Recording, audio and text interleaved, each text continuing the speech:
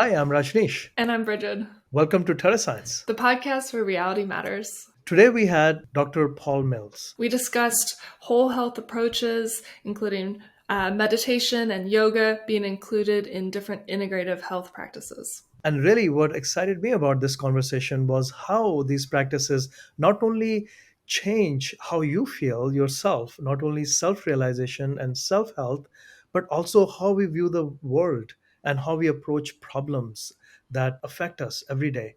I think it was a really enlightening conversation. We have a very special guest today, Dr. Paul Mills.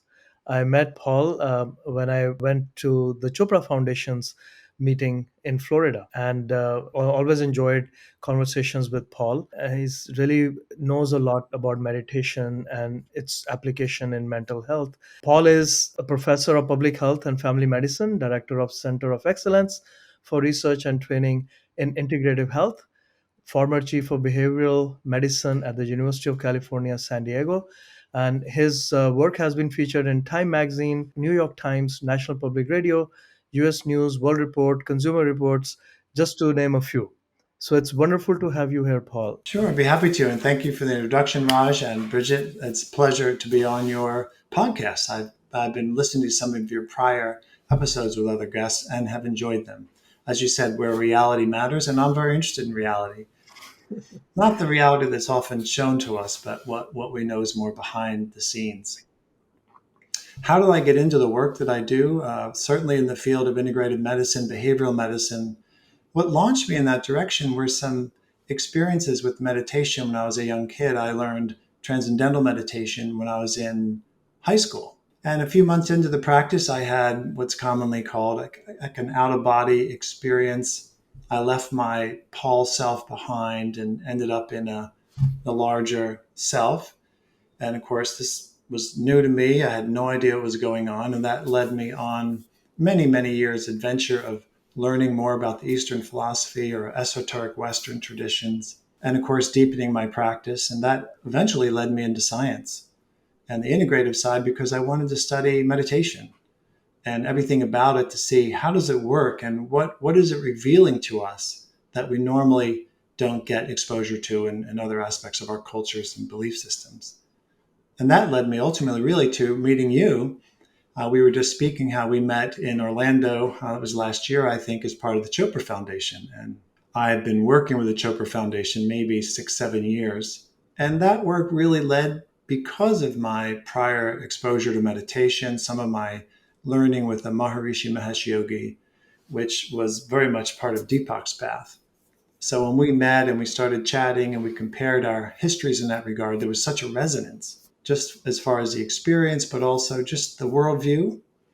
And so I started working with the foundation and we launched a research program. And I think we've done a lot of good work, and I look forward to chatting with you about some of that research. That's great. I think integrative medicine is sort of new to people. Not everyone may know exactly what that means. So maybe we can start by defining it a little bit and then jumping into the nuances and why it is so important for people to think towards it. Yeah, happy to describe that. What we now call integrative medicine, or sometimes the more preferred term these days is integrative health. This concept really grew out of what was called the complementary and alternative medicine movement that started in the West in the biomedical model back in the late 70s, let's say early 80s. And the idea there was to take the best of some of the Eastern traditions, meditation practice. How can it influence our health and well being? Psychosocial health, spiritual health, physical health, yoga, breathing practices, all of that. And that was really the beginning where the goal was to begin to explore other traditions and the modalities of those traditions and determine how can we incorporate them into our Western biomedical system to really begin to cultivate health and well-being. So that's it in a nutshell. There's lots of other interesting nuances, but the work with the Chopra Foundation has been very much in that area, particularly to define the value of what are called whole systems of medicine. We studied Ayurveda for a variety of reasons. There are numerous other whole system traditions. And what are the benefits when a person is really submerged into all these practices simultaneously? Of course, the right ones for them, what are the effects on health and well-being. And you talked a lot about taking those different practices from the Eastern traditions, right? And I've looked into different meditations as well, and how that could help with things like mental health and such for students. But when it comes to like the medical side, if it's helping, some of your research talked about different heart conditions or cancer or other aspects of health. What are some of the pushbacks that you've seen when you're trying to bring together these Eastern traditions and things that have connections to religions, and then bringing that into the medical side? That's a great question. And that just leads to such a fascinating, really, journey of the whole field of complementary medicine, all the way Right. up to now the integrative. When I first started doing my dissertation research on meditation, people would come up when I was presenting at a conference, Society for Neuroscience and elsewhere, and say, "Excuse me, what is meditation?" It was so early then that people didn't really know about it. So there was immediately began to be pushback. Well, meditation is when we do this. And I would get things like, well, do you really believe in meditation? These kinds of things. Right. That evolved over time as the research is accumulated. Currently, there are over 5,500 studies on meditation and as many or more on yoga. So the scientific basis is there, and we've moved into more of a comfort zone. You might not know, but there are currently over 80 centers for integrated medicine in the United States and Canada. Oh, wow. And these are centers typically at major institutions, Harvard, Stanford, the University of California, San Diego, UCLA, Berkeley. All the big institutions have these centers because it was begun to be recognized that, okay, these techniques can really help, whether it's something as simple as blood pressure or helping moderate depression and anxiety, Right. inflammation, and on and on. Where there's still a gap between some of the more holistic perspectives on what it constitutes a human being is what's commonly called the biofield. The aura, the energy system around the body that contains information about our histories and susceptibility to disease. That hasn't quite made it yet. There's research on it, and there's some movement in that regard. Yeah, but I mean, some of the work that I've seen quite a bit of publications that you've published, and what's really fascinating to me as a molecular biologist is that you've actually looked at chemistry, biochemistry. You've looked at even microbiomes, and you've looked at many measurable parameters as the effect of meditation, yoga, and I think that is more recent and should be able to convince even the more hard to convince people that there is something to it, because you can detect those changes. Yeah, I appreciate that comment. That has been an effort of ours to do hard biochemistry. Some of our early research on meditation was looking at adrenergic receptors and the stress hormones, epinephrine and norepinephrine. What happens to that whole triad of physiology when a person starts meditating? And does it change? And if so, is that why people's blood pressure gets normalized? Or is that why they just feel less stress and anxiety moment to moment? And the microbiome work, that's been fascinating. A lot of that, of course, with the Chopra Foundation has been Dr. Christine Peterson's work, and she's been a pioneer in that regard. And it's really been illuminating what things not only meditation, but just the different herbs associated with Ayurveda, Chinese medicine, and on and on.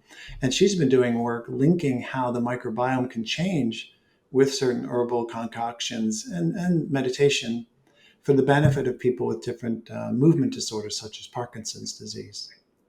So that's very satisfying. And you're right, the more hard endpoints has helped sway some of the skeptical biomedical mindset and progressing the field forward. Right, and I know recently you co-edited edition for the whole health, the journal, and I was looking at some of the papers, and there is a lot of that cumulatively, really good articles in it. Yeah, thank you. A few things. So, yes, this was a special issue on the topic of whole health, and it came out of the journal called Global Advances in Health and Medicine.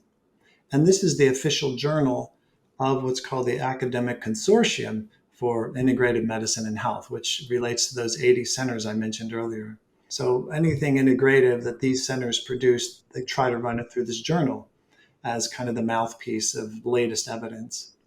And this special issue was a lot of fun. And it's a lot of work too.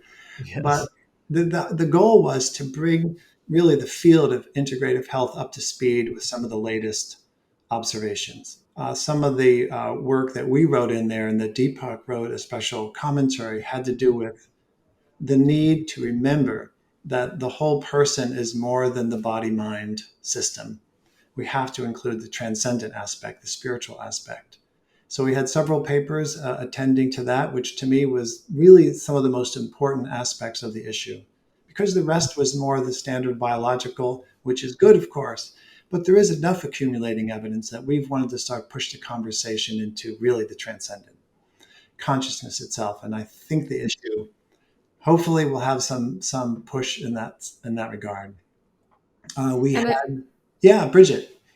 I was just going to say, I think the idea of whole health is super important, because we're not all the same. And, what helps one person, might not be the same that helps another person. So when it comes to things like meditation or yoga or different types of,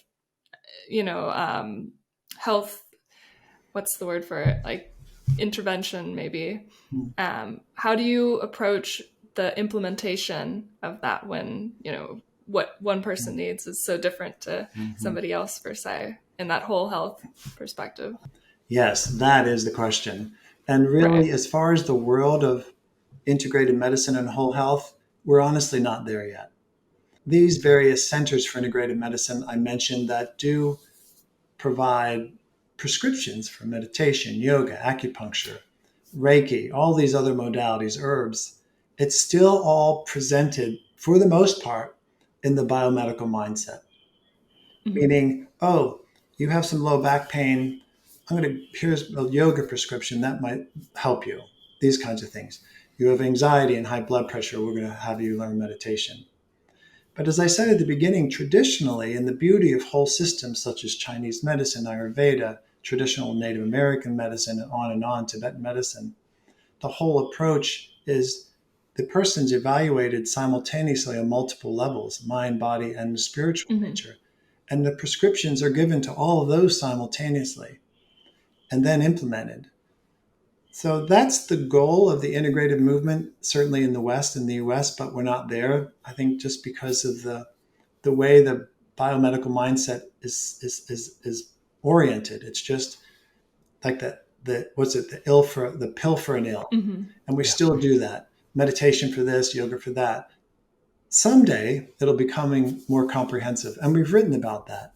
Because the truth is, that's the goal of the Chopra Foundation research we did.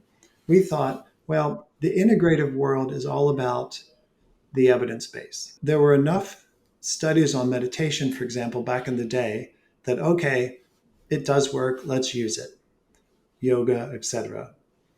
But there hadn't been any true whole person research studies. All the research was either this modality or that modality. So when we launched the study for the Chopra Foundation, it was called the Self-Directed Biological Transformation Initiative. Honestly, that was the very first randomized trial where a person was submerged into a traditional system where they got all the modalities simultaneously. Mm-hmm. And that started this conversation and the evidence base for the whole system. So if we can have more research like that, then I think eventually the biomedical model will adapt this more as something that's really valuable. And that was one of the reasons Yeah, that we actually launched that it. makes me think of something interesting. The way you described it, coming from Indian background and being immersed in that kind of culture, I think the general approach of lifestyle or living is designed to becoming more self-aware, or so being knowing about who you are.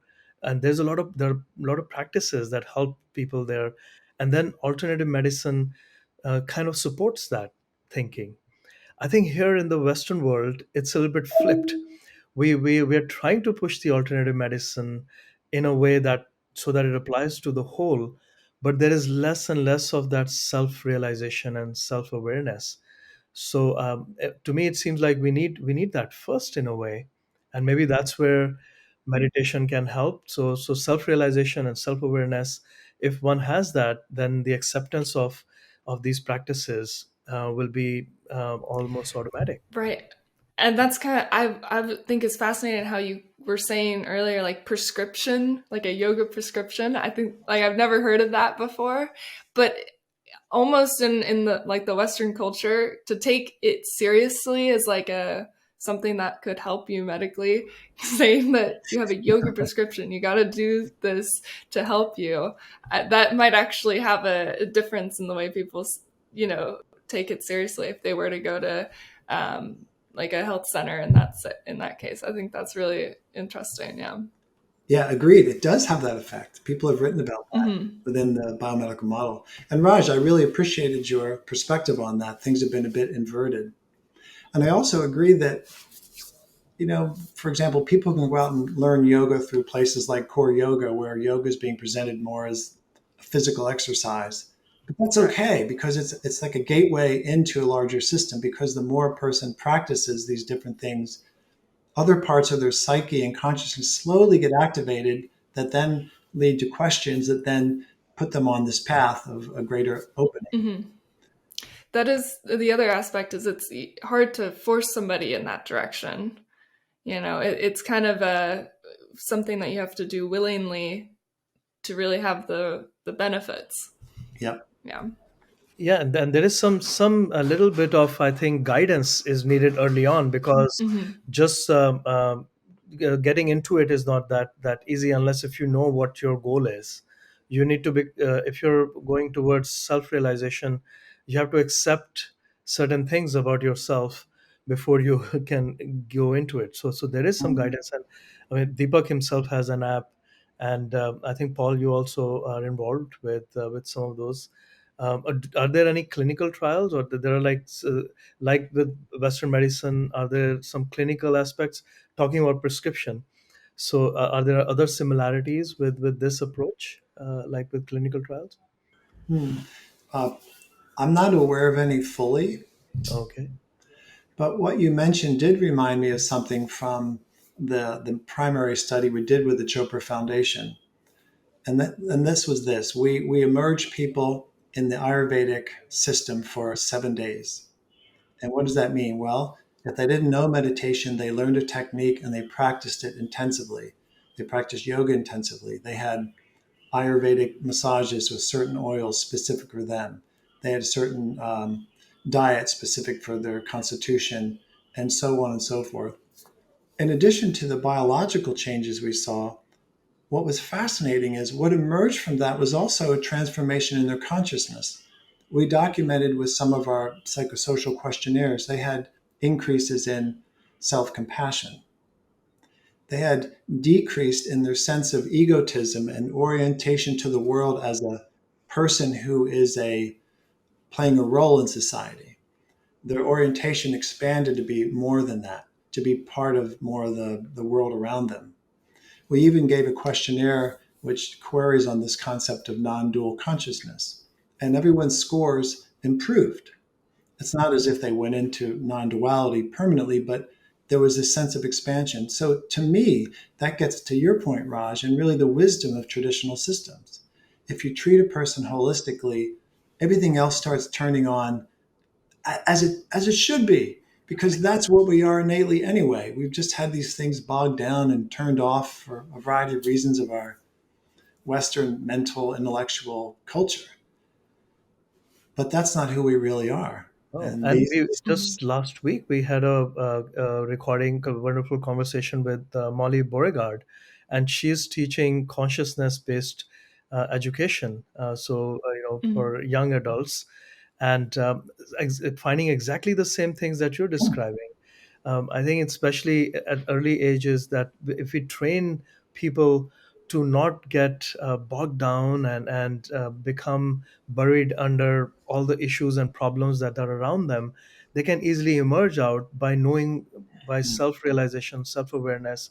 And once that happens, like you're saying, the broadness of care, empathy, looking more at the world rather than self promotion, all these things just fall right into place, and it's amazing Yeah. how this can be accomplished. And really, I think that there needs to be a lot more of this. Every Mm. single individual Yeah. needs to try this. And the moving away from being a Right. do-it-yourselfer, when she talked about that, that resonated, because I feel like that's how I've been a lot of the time. Huh. Is I, no, don't like relying on other people, and I think I can do it better on my own, which is not always true. It's good to collaborate, it's good to connect, and you know share a lot more of the things that Mm. you're working on and experiencing with other people and relating and stuff. That kind of brings a lot more benefits to yourself also. Mm. Yeah. That is really inspiring. I was not aware of her work and what you're describing with the children. God knows we need that. University University students, students, university students. young Yeah. adults, yeah, Yeah. like I think, Huh. what did she say, 20, 25 year olds. So yeah, that was a very interesting conversation, and falls right along with what you're describing, only that you're looking at it from a medical perspective. And I Mm-hmm. think what's impressive here is actually data sets to show the real effects. And as we know, even if we went into a little bit of psychedelic side, even some of the pathways that are activated, that we know the receptors, there are studies showing that the same kind of pathways are being activated by meditation and these practices. So you don't need psychedelics, you can achieve those kinds of experiences by just activating those DMT within yourself, perhaps.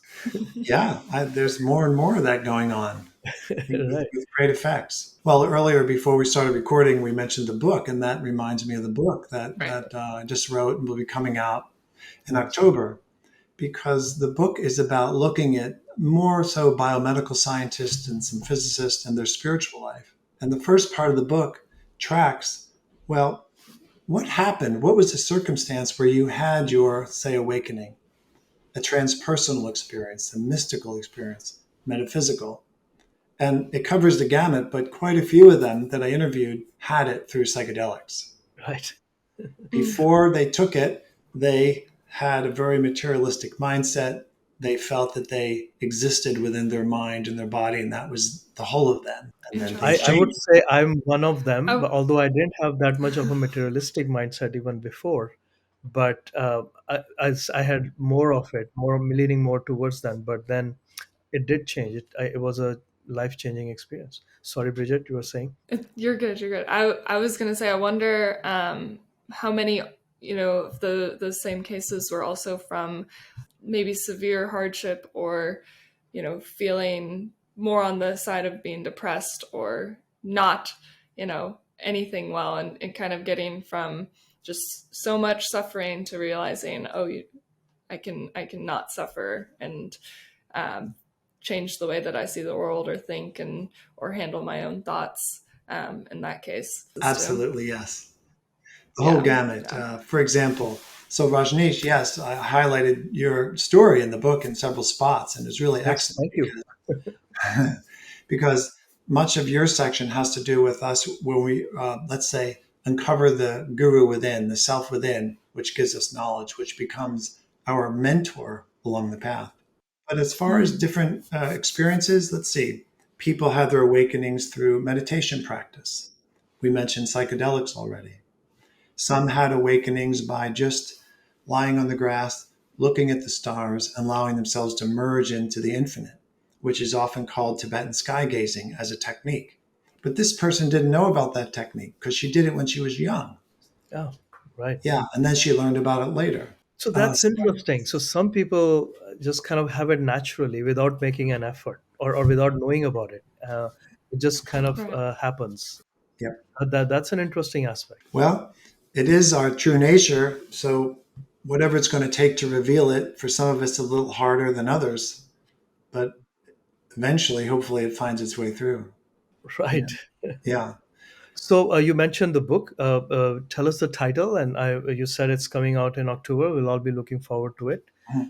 And so, yeah. Yeah, the title is Science, Being, and Becoming. And then the subtitle is The Spiritual Lives of Scientists. And Deepak wrote the foreword, and Ken Wilber wrote a special commentary. And then we have some other commentaries in there too, in addition to what I wrote.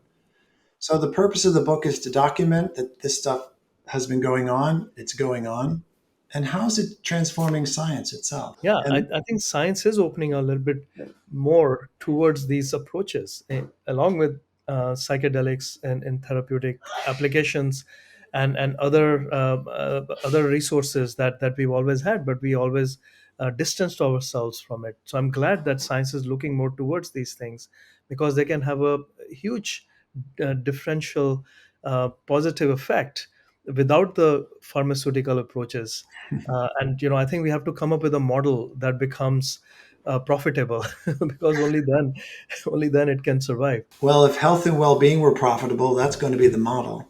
Right. But Yes. it's not very profitable.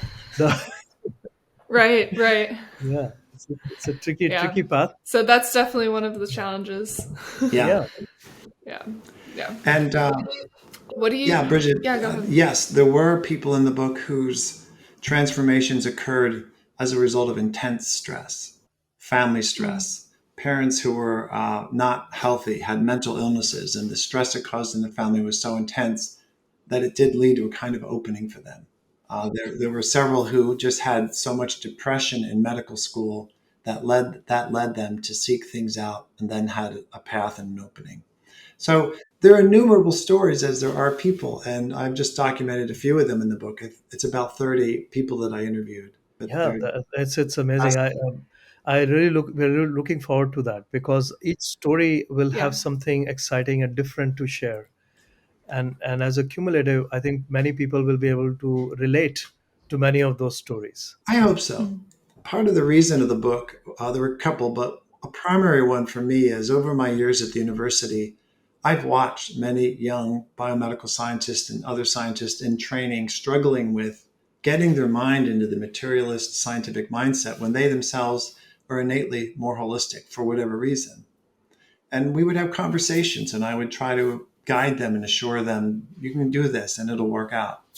So the purpose of the book is to share all these stories, and there are certain other stories in the book and a kind of a narrative to inspire young scientists and people in general that this is a natural part of being a human being, and really everyone should be encouraged and enthused to pursue this path, that path, say, consciousness development or the spiritual path as we know it. Hmm. And it's important. I Yeah. think, from my own experience, I feel like if I started to fully realize the importance of it a little bit later in my life, and I think that's true for most people in our generation.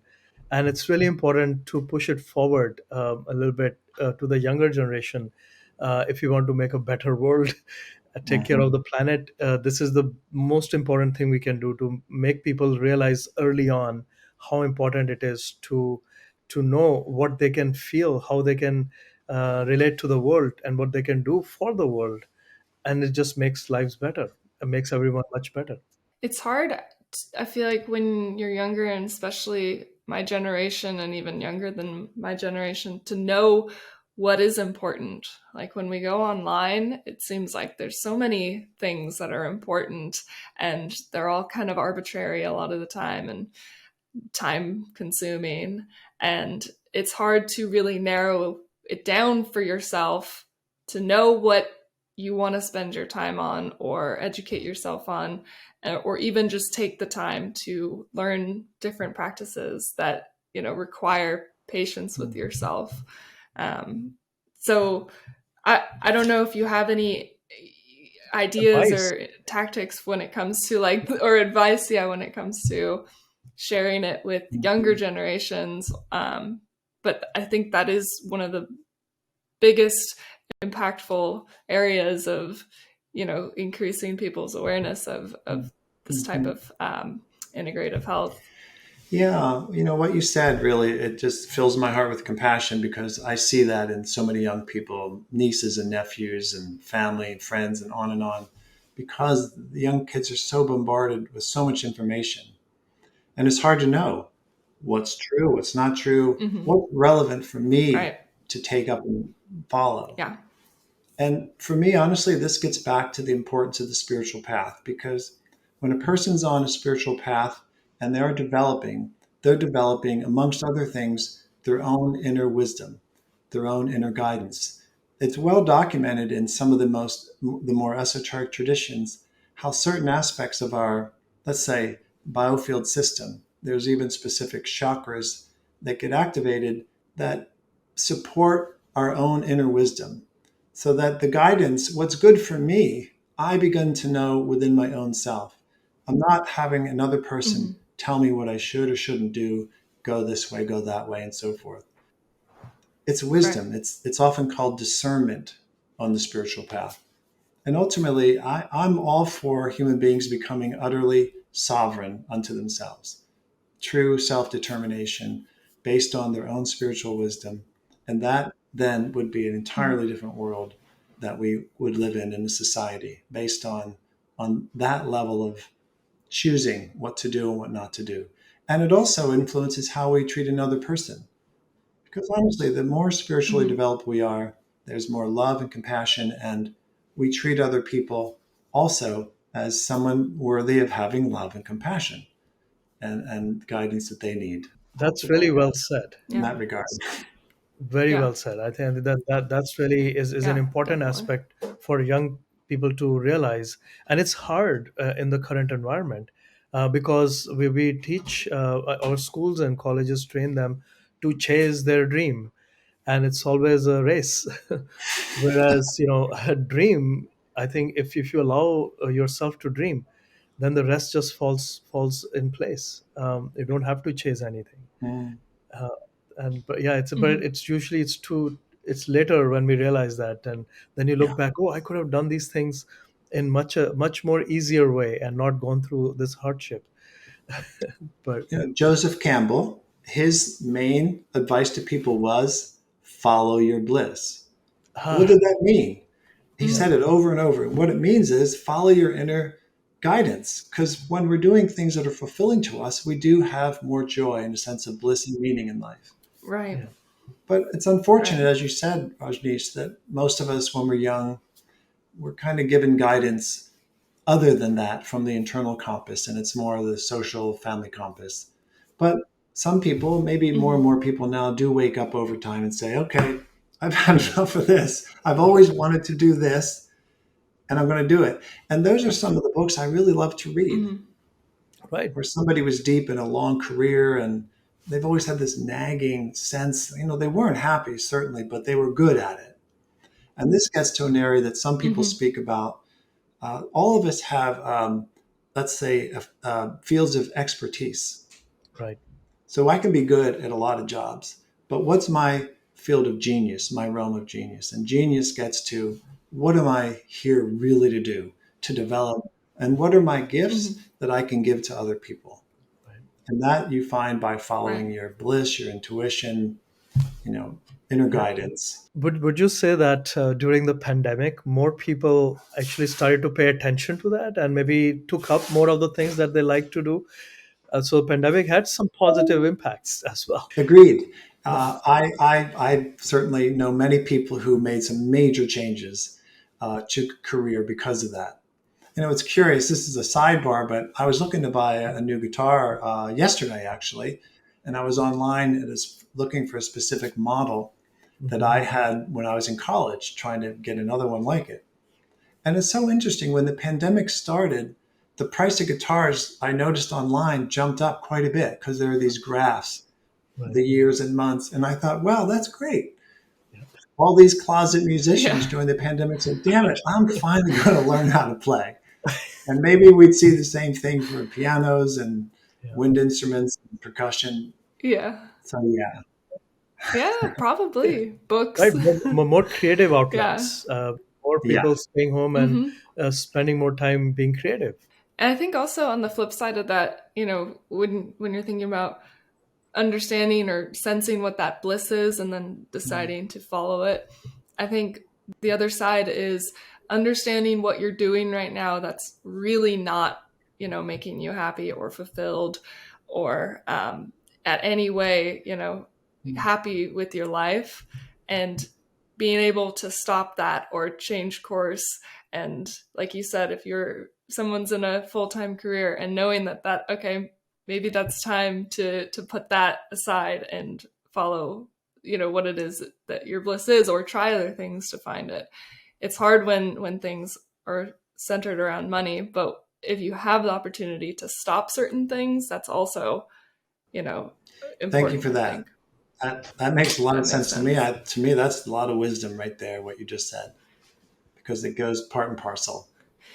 Yeah, and I think it's related to feeling secure, because even if you may be in really bad situation, but you feel secure being in there, and you don't want to change.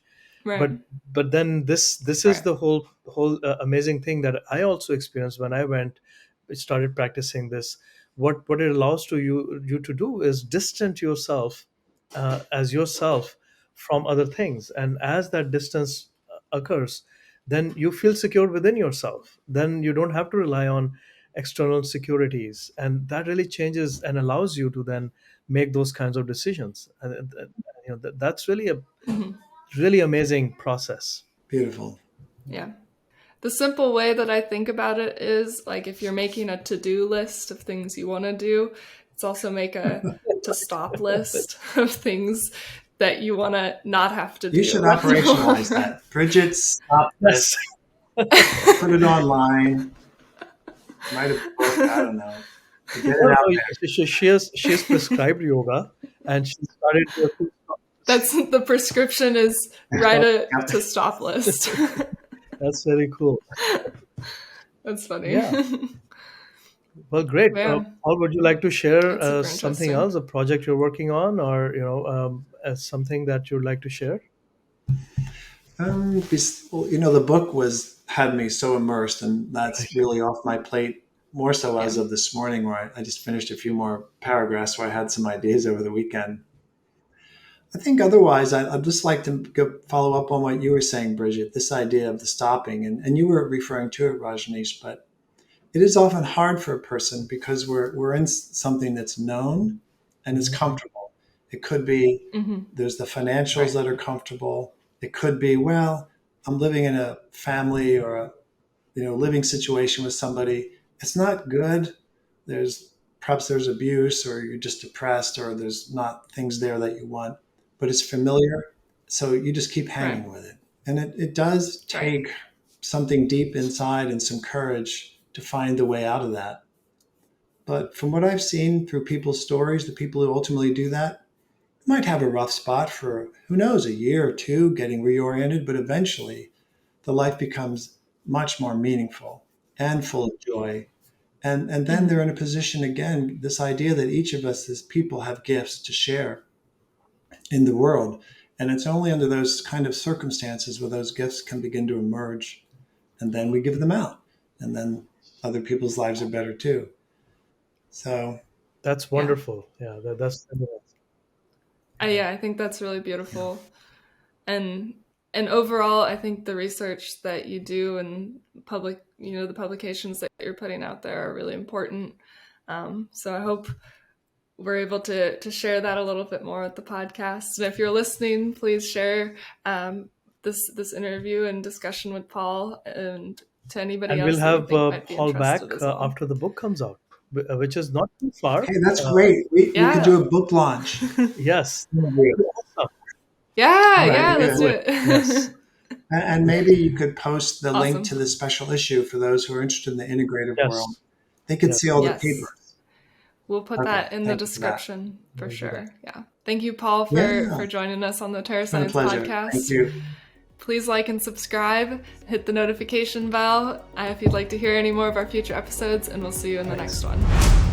You've been watching Terra Science, the podcast where reality matters. We discuss food, planet, consciousness, the issues that we face, and the solutions that can be offered. And we discuss with wonderful guests who are leading the way in finding these solutions. Don't forget to like and subscribe and hit that notification bell.